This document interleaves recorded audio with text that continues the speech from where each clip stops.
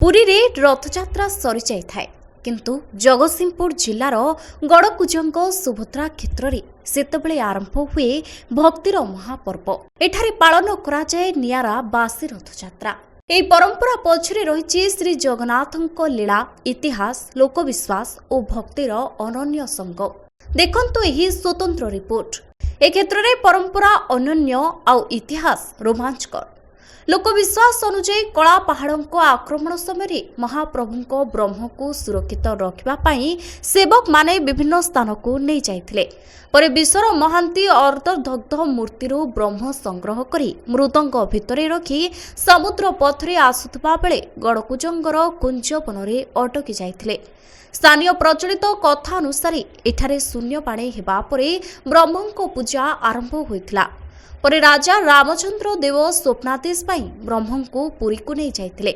ଏହି ପବିତ୍ର ସ୍ମୃତି ଆଜି ବି ଗଡ଼କୁଞ୍ଜଙ୍କୁ ଏକ ସ୍ୱତନ୍ତ୍ର ଆଧ୍ୟାତ୍ମିକ ପରିଚୟ ଦେଇଛି। ଆଷାଢ଼ ଶୁକ୍ଲପକ୍ଷ ଦ୍ୱିତୀୟାରେ ପୁରୀରେ ରଥଯାତ୍ରା ପାଳିତ ହେବା ପରେ ଗଡ଼କୁଜଙ୍ଗରେ ପାଳନ କରାଯାଏ ବାସି ରଥଯାତ୍ରା। ସ୍ଥାନୀୟ ପରମ୍ପରା ଅନୁଯାୟୀ ପୁରୀରେ ଲୀଳା ସମାପ୍ତ କରି ମହାପ୍ରଭୁ ଏଠାକୁ ଆସି ଭଉଣୀ ସୁଭଦ୍ରାଙ୍କ ସହ ରଥରେ ବିରାଜମାନ କରନ୍ତି। ଏହି ପରମ୍ପରାକୁ ଦେଖିବା ପାଇଁ ଦୂରଦୂରାନ୍ତରୁ ହଜାର ହଜାର ଭକ୍ତ ଛୁଟି ଆସନ୍ତି। ଶଙ୍ଖଧ୍ୱନି, ହରିବୋଲ, ହୁଳହୁଳି ଓ ଜୟ ଜଗନ୍ନାଥ ଧ୍ୱନିରେ ସମଗ୍ର ପରିବେଶ ଭକ୍ତିମୟ ହୋଇଉଠେ। ଏପଟେ ରଥ ନିର୍ମାଣ କାମ ଶେଷ ପର୍ଯ୍ୟାୟରେ ସୁଭଦ୍ରା କ୍ଷେତ୍ର ହୋଇଥିବାରୁ ଏହି ରଥରେ ରହିଥାଏ 12ଟି ଚକ। ରଥ କାରିଗର ଓ ଚିତ୍ରକରମାନେ ଦିନ ରାତି ଏକ କରି କାମ କରୁଛନ୍ତି। ପରମ୍ପରା, ବିଶ୍ୱାସ ଓ ଭକ୍ତିର ଅନନ୍ୟ ସଙ୍ଗମ ହେଉଛି ଗଡ଼କୁଜଙ୍ଗର ସୁଭଦ୍ରା କ୍ଷେତ୍ର। ପୁରୀର ରଥଯାତ୍ରା ପରେ ବାସି ରଥଯାତ୍ରାର ଏହି ପରମ୍ପରା କେବଳ ଏକ ଧାର୍ମିକ ଆୟୋଜନ ନୁହେଁ, ବରଂ ଓଡ଼ିଶାର ଐତିହ୍ୟ ଓ ଲୋକ ବିଶ୍ୱାସର ଏକ ଜୀବନ୍ତ ନିଦର୍ଶନ। ମୋ ନାମ ହେଲା ରାଜେନ୍ଦ୍ର କୁମାର ବେହେରା। କୁଞ୍ଜଭାରୀ ଯେଉଁ ଗଡ଼କୁଜଙ୍ଗ ମ୍ୟାନେଜିଂ ଟ୍ରଷ୍ଟି। ବାସି ରଥ ଟଣା ଏଇଥିପାଇଁ ହୁଏ, 1500 ବର୍ଷ ଖ୍ରୀଷ୍ଟାବ୍ଦରେ କଳାପାହାଡ଼ ଶ୍ରୀମନ୍ଦିର ଆକ୍ରମଣ କଲା। ଥରେ ତ ନୁହଁ, 19 ଥର ଆକ୍ରମଣ, 21 ଥର ପାତାଳି। ଶେଷ ଆକ୍ରମଣ ଯେତେବେଳେ ସେ ହେଲା, ସେ ମୃତ୍ୟୁମାନଙ୍କୁ ନେଇ ଚର୍ମଦଉଡ଼ିରେ ବାନ୍ଧି ହାତୀ ପିଠିରେ ଲଦି ଏ ଗଙ୍ଗାନଦୀରେ ପହଞ୍ଚିଲା। ସେତେବେଳେ ସେଠି ଅଗ୍ନି ସଂଯୋଗ କରନ୍ତେ ତା ଦେହ ଜଳି ପଡ଼ିବାକୁ ଲାଗିଲା। ତତ୍କ୍ଷଣାତ୍ ସେ ଅର୍ଦ୍ଧଦଗ୍ଧ ଶରୀରକୁ ମୃତ୍ୟୁମାନଙ୍କୁ ଗଙ୍ଗାନଦୀ କୂଳେ ଫିଙ୍ଗି ଦେଇ ପଳାୟନ କଲା। ତା ପଛେ ପଛେ ସୈନ୍ୟମାନେ ପଳାୟନ କଲେ। ଠିକ୍ ଏହି ସମୟରେ କଥା ମନେ ପଡ଼ିଯାଏ। ଗୋଟେ କଥା କ'ଣ, ବସୁଦେବ ଯେତେବେଳେ କୃଷ୍ଣକୁ ନେଇ ଯାଉଥିଲେ, ଯେମିତି ତାଙ୍କ ପଛରେ ପ୍ରଭୁଙ୍କର ହାତ ଥିଲା, ଠିକ୍ ସେହି ସମୟରେ ଠିକ୍ ବିଶ୍ୱର ମହାନ୍ତି ନାମ ଜଣେ ବ୍ୟକ୍ତି, ଠାକୁରଙ୍କର ପରମ ଭକ୍ତ, ସେ ସେଠି ପହଞ୍ଚି ମୂର୍ତ୍ତିମାନଙ୍କୁ ଆଣି ନଦୀ କୂଳରୁ ପାଖକୁ ଆଣି ବ୍ରହ୍ମମଣି ଉଦ୍ଧାର କରି ମୃଦଙ୍ଗ ଖୋଳରେ ପୁରେଇ କୀର୍ତ୍ତନ କରିକି ଚାଲିଲା। ଏହି ସମୟରେ କେତେ ନଦୀ ନାଳ ପାର ହୋଇ ଆସି ଗଡ଼କୁଜଙ୍ଗସ୍ଥ ଏଇଠି ପହଞ୍ଚିଥିଲା। ଜନବସତି ଶୂନ୍ୟ, ଜଙ୍ଗଲରେ ପରିପୂର୍ଣ୍ଣ। ଏଇ ଜାଗାରେ ପହଞ୍ଚି ପର୍ଣ୍ଣକୁଟୀର କରି ବ୍ରହ୍ମମଣିକି ପୂଜା ଅର୍ଚ୍ଚନା କଲା। କିଛି ଦିନ ପରେ ପୂଜା ଅର୍ଚ୍ଚନା କଲା ପରେ ଆମ ଗଡ଼କୁଜଙ୍ଗ ରାଜାଙ୍କ ସ୍ୱତନ୍ତ୍ର ହେଲେ ଯେ ମୁଁ ଏଇଠି ପତ୍ର କୁଡ଼ିଆରେ ପୂଜା ପାଉଛି, ତୁ ମନ୍ଦିର ନିର୍ମାଣ କରି ମୋତେ ପୂଜା ଅର୍ଚ୍ଚନା କରେ। ତତ୍କ୍ଷଣାତ୍ ରାଜା ସାନ ସମୁଦ୍ର ଖୋଜିଲେ। ଏଠି ଏକ ଅପୂର୍ବ କଥା ଯେ ବଗ ସଞ୍ଚାଳ ଖୁମ୍ପୁଛି ବଗକୁ, ଏ ବଗ ଖୁମ୍ପୁଛି ସଞ୍ଚାଳକୁ।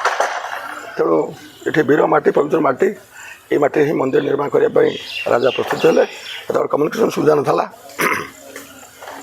ଜଳପଥରେ ସବୁ ମେଟେରିଆଲ୍ସ ଆଣି, ପଥର ଆଣି କି ମନ୍ଦିର ନିର୍ମାଣ କଲେ। ମନ୍ଦିର ନିର୍ମାଣ କଲା ପରେ 8.5 ବର୍ଷ ଠାକୁର ଏଠି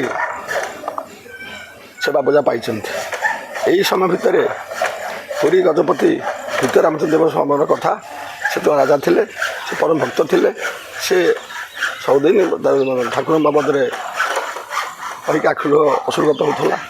ତେଣୁ ସେ ସ୍ୱପ୍ନାଦେଶ ହେଲା ଯେ ମୁଁ ଏ ଗଡ଼କୁଜଙ୍ଗରେ ଅଛି। ତେଣୁ ସେହି ସମୟରେ ସେ ପଠାଇଥିଲେ ପଞ୍ଚସଖାଙ୍କୁ ଏଠିକି ଠାବ କରିବା ପାଇଁ। ପଞ୍ଚସଖା ଆସିକି ଏଠି କମ୍ୟୁନିକେସନ୍ ସୁବିଧା ନଥିଲା।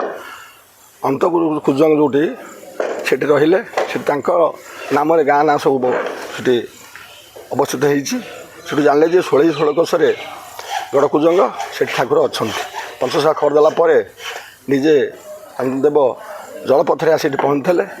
ପହଞ୍ଚିଲା ପରେ ଜାଣିଲେ ଯେ ଠାକୁର ଅଛନ୍ତି, ନେବା ପାଇଁ ନିଷ୍ପତ୍ତି ନେଲେ। ବହୁ ନିଷ୍ପତ୍ତି ପରେ ଠାକୁର ଯିବା ପାଇଁ ପ୍ରେରିତ, ଏଠି ଯିବା ପାଇଁ ନିଷ୍ପତ୍ତି ହେଲା। ଏଠାରୁ ପ୍ରେରିତ ହେଲେ ପ୍ରଭୁ ଜଗନ୍ନାଥ, ପ୍ରଭୁ ବଳଦେବ। ଇଏ ପ୍ରେରିତ ହେଲା ପରେ ମା' ସୁଭଦ୍ରା ଏଠି ରହିଲେ। ମୁଁ ଏଠି କେମିତି କାଳୀପଥ କରିବି, ସେଠି ପ୍ରଭୁ କହିଥିଲେ ଆମେ ଯାଉଛୁ, ଆମେ ଆସିଲେ ତ ରଥଟଣା ଚାଲିବ।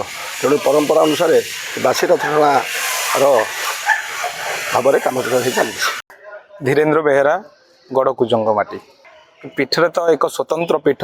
ମହାତ୍ମା କହିଲେ ଯାହା ମହାପ୍ରଭୁଙ୍କର ଯାହା ଇତିହାସ, ଯାହା ପ୍ରାଚୀନ କିମ୍ବଦନ୍ତୀ ତଥ୍ୟ, ଯାହା ମାଦଳା ପାଞ୍ଜି, ଯାହା ସ୍ୱତନ୍ତ୍ର ପ୍ରମାଣ ଦିଏ। ଯେମିତି ଗଡ଼କୁଜଙ୍ଗ ମାଟି ହେଉଛି ଏକ ସ୍ୱତନ୍ତ୍ର ମାଟି, ଯେଉଁଠି ମହାପ୍ରଭୁ ଦୀର୍ଘ 7.5 ବର୍ଷ ରହିଛନ୍ତି, ଆଉ ଯେଉଁଠି ମହାପ୍ରଭୁଙ୍କର ଲୀଳା ପ୍ରଚାର ପ୍ରସାର ହେଇଛି, ଯାହା ଏକ ସ୍ୱତନ୍ତ୍ର ପରିଚୟ ଦେଇଛି। ଯେମିତି ଏଇ ମାଟିର ଲୋକମାନେ ମହାପ୍ରଭୁଙ୍କୁ ପୁଣି ମାନେ ଆହାକାର ଚିତ୍କାର କରି କୁହନ୍ତି ଯେ ମହାପ୍ରଭୁ ପୁନର୍ବାର ଆସିବେ। ଯେମିତି ଭକ୍ତ ବିଶ୍ୱର ମହାନ୍ତି ଆଣିଥିଲେ, ସେମିତି ସେଇ ମହାପ୍ରଭୁଙ୍କର କଥାକୁ ମନେ ପକାଇବା ପାଇଁ ପାଥେୟ କରି ଏଠି ବାସି ରଥଯାତ୍ରା ପାଳନ କରାଯାଉଛି।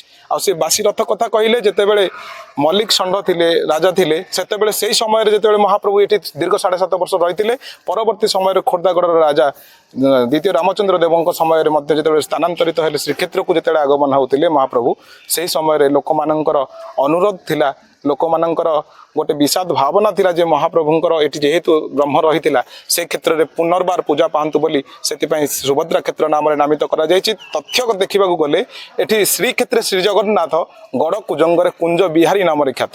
କୁଞ୍ଜ ବିହାରୀ ଶବ୍ଦ କହିଲେ ଯେମିତି କଣ୍ଟାବଣ, କଣ୍ଟାବଣରୁ କଣ୍ଟାବଣଟା କୁଞ୍ଜ ପୁରୀ ରହିଥିଲା, କୁଞ୍ଜ ବନରେ ମହାପ୍ରଭୁ ବିହାର କରିଥିଲେ, ବସବାସ କରିଥିଲେ ବୋଲି ସେଥିପାଇଁ କୁଞ୍ଜ ବିହାରୀ ବୋଲି ଏଠି ସ୍ଥାନିତ କରାଯାଇଛି।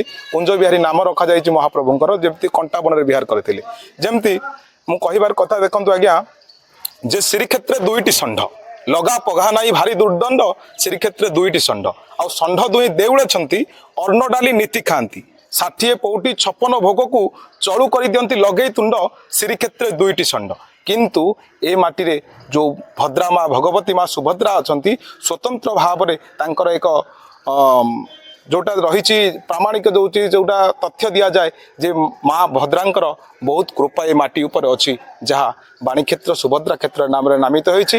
ଆମେ ମଧ୍ୟ ଏଠି କିଛି ପାଥେୟ କରି ଦେଖୁ, ଏଠି ମଧ୍ୟ ସୁଭଦ୍ରାଙ୍କର ବିଗ୍ରହ ତଳୁ ଯେତେବେଳେ ରତ୍ନ ସିଂହାସନ, ଯେତେବେଳେ ପୁରୁଣା ବିଗ୍ରହ ଭଙ୍ଗା ଯାଉଥିଲା, ଆଉ ସେହି ସମୟରେ ରତ୍ନ ସିଂହାସନ ଯେତେବେଳେ ଭଙ୍ଗା ଯାଇଥିଲା, ସେତେବେଳେ 3ଟି ଫରୁଆ ବାହାରିଥିଲା, ଆଉ ସେଇ ଚକା ବହିଟି ପାଖରୁ 3ଟି ଫରୁଆ ଭିତରୁ ସୁଭଦ୍ରାଙ୍କର ଯେଉଁ ବହିଟି ଥିଲା, ସେଇ ସୁଭଦ୍ରାଙ୍କ ବହିଟି ପାଖରୁ ସେ ସତେଜ ଥିବା ତୁଳସୀ ପତ୍ର ପାଣି ଗୋଟେ ଫରୁଆ ଭିତରେ ଥିଲା, ଯାହା ଏକ ସ୍ୱତନ୍ତ୍ର ପ୍ରମାଣ ଦିଏ ଏ ହେଉଛି ସେଇ ମାଟି, ସୁଭଦ୍ରା କ୍ଷେତ୍ରର ମାଟି, ସୁଭଦ୍ରା ମା ଭଗବତୀ ଭଦ୍ରାଙ୍କର ମାଟି, ଗଡ଼କୁଜଙ୍ଗ ମାଟି ଅଛି। ମାନେ ସମସ୍ତଙ୍କର ଜନବସତି ଯେଉଁଟା ଭାବନା ଥିଲା, ଅନୁକମ୍ପା ଥିଲା, ଯେଉଁ ବିଷାଦ ଭାବନା ଥିଲା, ଯେତେବେଳେ ମହାପ୍ରଭୁଙ୍କୁ ଯେତେବେଳେ ରାଜା ସ୍ଥାନାନ୍ତରିତ କରିଥିଲେ, ସେଇ ଯେଉଁ ଭାବନା ଯେତେବେଳେ ଥିଲା, ସେତେବେଳରୁ ଆଜି ପର୍ଯ୍ୟନ୍ତ ମହାପ୍ରଭୁ ଗଡ଼କୁଜଙ୍ଗରେ ରଥଯାତ୍ରା ଦେଖିବା ଇଏ ଗୋଟେ ବିସ୍ମୟ। ଇଏ ବାସି ରଥଯାତ୍ରା ଯେମିତି ବାସି ରଥ ଡାକେ ଆସ ହେ କାଳିଆ, ଗଡ଼କୁଜଙ୍ଗ ମାଟି ଡାକେ ଆସ। କାହିଁକି ଏ କଥା କୁହାଯାଉଛି? ଏ ଗଡ଼କୁଜଙ୍ଗ ମାଟିର ଯେତେ ଢିଙ୍କିଆ ଚାରିଦେଶ କହିଲେ ସମସ୍ତେ ଏ ଗଡ଼କୁଜଙ୍ଗ ମାଟିକୁ ଭଲ ପାଆନ୍ତି, ମହାପ୍ରଭୁ ଶ୍ରୀ ଜଗନ୍ନାଥକୁ ଭଲ ପାଆନ୍ତି। ଆଉ ଏ ମାଟି ତା ପରଦିନ, ରଥଯାତ୍ରାର ପରଦିନ ଜଗନ୍ନାଥମୟ ହୋଇଯାଏ। ଏଠି ଯେତେ ଯେତେ ଧ୍ୱନି ପ୍ରକମ୍ପିତ ହୁଏ, ଜଗନ୍ନାଥ ମହାପ୍ରଭୁ କୁଞ୍ଜ ବିହାରୀଙ୍କ ନାମରେ ଏଠି ପୁରା ପ୍ରକମ୍ପିତ ହୁଏ, ଏଠି ଅଞ୍ଚଳ ଥରି ଉଠେ। ଅଭୟ ମହାରଣା। କ'ଣ ଏଠି କରୁଛନ୍ତି? ଆମେ ରଥ କାମ ଏଠି କରୁଛୁ। କେତେ ବର୍ଷ ହେଲା କଲେ?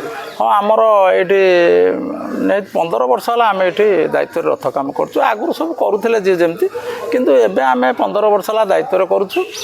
ଆଉ 15 ମସିହାରେ ନବକଳବର ଠାରୁ 12 ଚକିଆ ରଥ ହେଲା ଠାରୁ ପୁରା ଫୁଲ୍ ଦାୟିତ୍ୱରେ ଆମେ ଅଛୁ। କେତେ ବର୍ଷ ହେଲା ରଥଯାତ୍ରା କଲେ? ରଥଯାତ୍ରା ଆମେ ଏଠି 15 ବର୍ଷ ହେଲା ଏ ରଥଯାତ୍ରାରେ ଭାଗ ନେଉଛୁ। ଏଇଆ।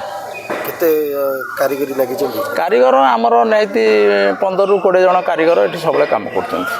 ରଥରେ କେଉଁ ଜିନିଷ ମାନେ କରିବା ପାଇଁ କାଠରେ ବହୁତ ପରିଶ୍ରମ ଲାଗେ, ଅଧିକା ଦିନ ଟାଇମ୍ ଲାଗେ? ଅଧିକା ଦିନ ଟାଇମ୍ ଚକା କରିବା ପାଇଁ ଅଧିକା ଦିନ ଟାଇମ୍ ଯାଏ। ଯେଉଁ ମଝିରେ ଯେଉଁ ହାଣ୍ଡିଟା ଅଛି, ସେ ହାଣ୍ଡିଟା ଖୋଳିବା ପାଇଁ ବହୁତ କଷ୍ଟ, ବହୁତ ଟାଇମ୍ ଯାଏ। ଏଇଆ। ଆଉ ଅଖଟା ବଡ଼ ବଡ଼ ମୋଟା କାଠ, ଅଖ ଓଳିବା ପାଇଁ ବାର୍ଷିରେ, ସେଥିପାଇଁ ବି ବହୁତ କଷ୍ଟ ହୁଏ।